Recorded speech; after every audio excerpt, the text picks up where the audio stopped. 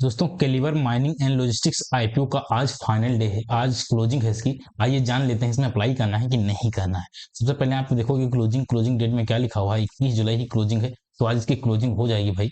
तो आओ देख लेते हैं कि इसमें अप्लाई करना है कि नहीं करना है। उसके लिए सबसे पहले हमको सेक्टर जानना होगा। तो कंपनी क्या करती है, एक माइनिंग एंड लॉजिस्टिक्स वाली कंपनी है। मतलब ये माइनिंग भी करती है और लॉजिस्टिक्स मतलब कैरी करना, जो माइनिंग करती है चीजों को उसको एक जगह से दूसरी जगह ट्रांसपोर्ट करना, इसका भी काम करती है। तो कंपनी दोनों चीज करती है। यहाँ पे देखो आप लिखा हुआ है coal extraction plus coal transportation service, दोनों में स्पेशलाइज है।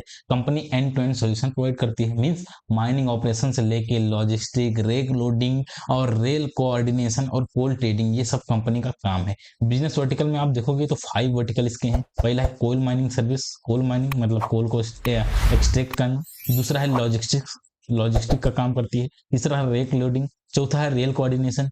और पांचवा है कोल ट्रेडिंग। तो ये सब कंपनी का एक काम है। कंपनी के सेक्टर की बात करें तो कंपनी का सेक्टर काफी स्ट्रांग है, तगड़ा सेक्टर है। इसमें ग्रोथ है, आने वाले समय में आपको ग्रोथ देखने को मिलेगा। कंपनी का सेक्टर सही है। फाइनेंशियल डिटेल की बात करते हैं तो 25 से 26 में आप देखोगे 17% का रेवेन्यू बढ़ा है। एबिटा 23% का बढ़ा है। पेट 20% बढ़ा है। एसेट की बात करें 58% के अराउंड बढ़ा है। नेटवर्थ की बात करें तो 32% के अराउंड बढ़ा है। टोटल बोरो यहाँ पे बढ़ा है, जो कि निगेटिव पॉइंट है। बाकी चलो ठीक है, अभी हम देखेंगे डेट टू इक्विटी 0.5 से या 1 से कम होगा तो कोई दिक्कत नहीं है, वरना तो फिर दिक्कत है। ईपीएस की बात करें, ईपीएस भी यहाँ पे बढ़ा है। सब कुछ बढ़ता हुआ देखने को मिला है। ठीक है, बाकी चलो ठीक है। यहाँ पे आरओई और रिटर्न ऑन नेटवर्थ डाउन हुआ, वो एक नेगेटिव पॉइंट है। यहाँ पे और देख लेते हैं डेट टू इक्विटी कितना है। डेट टू इक्विटी 1.63 है। डेट काफी ज्यादा है। डेट ये एक नेगेटिव पॉइंट, इतना ज्यादा डेट नहीं होना चाहिए था। कंपनी के ऊपर कर्जा भैया बहुत ज्यादा है। आरओसी की बात करें ठीक है 16%। रिटर्न ऑन नेटवर्थ भी शानदार है। पेट मार्जिन भी ठीक है। इबिडा मार्जिन भी शानदार है। सब कुछ यहाँ पे शानदार देखने को मिला है। डेट, यहाँ कंपनी के ऊपर डेट ज्यादा है, वो एक निगेटिव पॉइंट है। और तो सारी चीजें यहाँ पे सही देखने को मिल रही हैं। ऑब्जेक्टिव में आप देखोगे 208 करोड़ कंपनी जो है बोरो पे करने वाली है। 208 करोड़ बोरो यदि पे करेंगे तो इनका जो डेट इक्विटी वाला और प्रॉब्लम है वो कम हो जाएगा, यानी जो कर्ज है वो कम हो जाएगा। इनका मेन मकसद, आईपीओ का मेन मकसद ही डेट पे करना है। ठीक है, डेट के साथ साथ ये अपने मशीनरी वगैरह के ऊपर खर्चा करेंगे तो 167 का, ये अच्छी बात है। यदि कंपनी केवल डेट पे करती तो भैया मैं उसके अपोजिट रहता हूँ, हमेशा उसके खिलाफ रहता हूँ। क्योंकि मैं नहीं चाहता हूँ कि कोई कंपनी पैसा उठा रही पब्लिक से केवल वो अपने डेट पे करने में निकाल दे रही है। नहीं, ऐसा नहीं होना चाहिए। हाँ, कंपनी पैसा उठा रही है, डेट पे कर रही है, प्लस में कंपनी अपने ग्रोथ पे फोकस कर रही है, अच्छी बात है। जैसे एक कंपनी जो है पैसा उठा रही है, यहाँ पे डेट तो पे करेगी, साथ ही साथ एक ग्रोथ पे खर्चा करेगी, ये पॉजिटिव पॉइंट है बस। और सभी चीजें यहाँ पे ठीक ठाक देने को मिल रही हैं। पेयर कंपेरिजन की बात करें तो पेयर कंपेरिजन में ठीक ठाक कंपनी यहाँ पे ऑलरेडी लिस्टेड है। सबसे पहले देखते हैं कि सबसे कम प्राइस पे कौन सा है। दिलीप बिल्डकॉन, इसका पी काफी कम यहाँ पे देखने को मिल रहा है। रिटर्न ऑन नेटवर्थ के मामले में सबसे ज्यादा अपना ही आईपीओ देखने को मिल रहा है। और वही हम बात कर लेते हैं कि नेट एसेट वैल्यू वगैरह है कितना है, तो 120 का है। और सबसे ज्यादा नेट एसेट वैल्यू यहाँ पे पावर मैक का देखने को मिल रहा है। और वहीं हम बात कर लेते हैं ईपीएस का, तो ईपीएस सबसे ज्यादा पावर मैक का देखने को मिल रहा है भैया। तो इसीलिए कहीं ना कहीं पावर मैक नंबर 1 पे आ जाएगा। दूसरे नंबर पे आप यहाँ पे नेट एसेट वैल्यू इसका 428 है, इसका भी net asset value second number पे देखने मिल रहा है। Return on net worth second number पे देखने मिल रहा है। पी सबसे सस्ता है। ईपीएस सेकंड पे देखने मिल रहा है, इसलिए दिलीप बिल्डकॉन जो है सेकंड नंबर पे आ जाएगा भाई।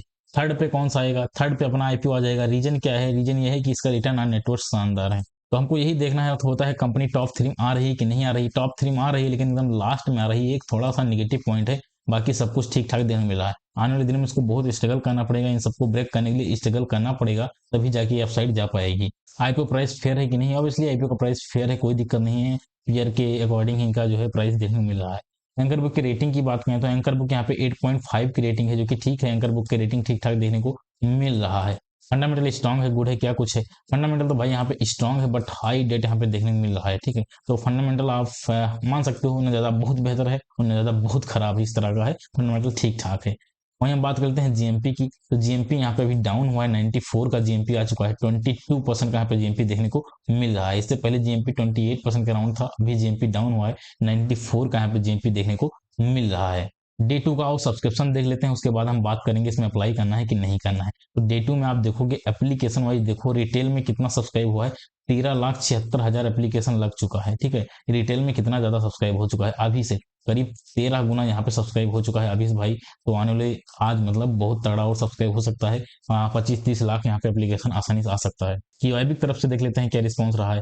क्यूआईबी की तरफ से डे 2 पे ही 1.5 टाइम सब्सक्राइब हुआ है क्यूआईबी, जो कि अच्छी बात है, बढ़िया है। डे 2 पे ही ओवर सब्सक्राइब हो गया क्यूआईबी, तो कहीं ना कहीं डिमांड तो है, इस आईपीओ की डिमांड कहीं ना कहीं देखने को मिल रहा है। अब बात करते हैं अप्लाई करना है कि नहीं करना है। तो देखो यहाँ पे भाई listing and as well as long term दोनों के लिए यहाँ पे व्यू बन रहा है, ठीक है। आप अपने रिस्क के अकॉर्डिंग यहाँ पे लिस्टिंग गेन और लॉन्ग टर्म दोनों के लिए अप्लाई कर सकते हो। फिलहाल मैं पर्सनली बात करूँ तो मैं इसमें लास्ट डे यानी आज अप्लाई करने वाला हूँ। कितने बजे अप्लाई करूंगा? 3 PM पे। आपको भी मैं यही सजेस्ट करूंगा, आप 3 बजे अप्लाई करिएगा, उससे पहले मत करिएगा। मैं 3 PM के जो है अराउंड अप्लाई करूंगा। और क्या देख के अप्लाई करूंगा? मैं इसका जीएमपी चेक करूंगा। जिसका जीएमपी 9% से ऊपर रहता है, 3 बजे 9% से ऊपर जीएमपी रहता है। एक्चुअली 9% से ऊपर जीएमपी रहेगा, 9 से ऊपर तो जीएमपी रहना ही रहना है। बट फिर भी जो है 3 बजे 9% से ऊपर का जीएमपी रहता है, 9% प्लस जीएमपी रहता है, तो ही मैं इस पर अप्लाई करूंगा, वरना इसमें अप्लाई नहीं करने वाला हूँ, ठीक है।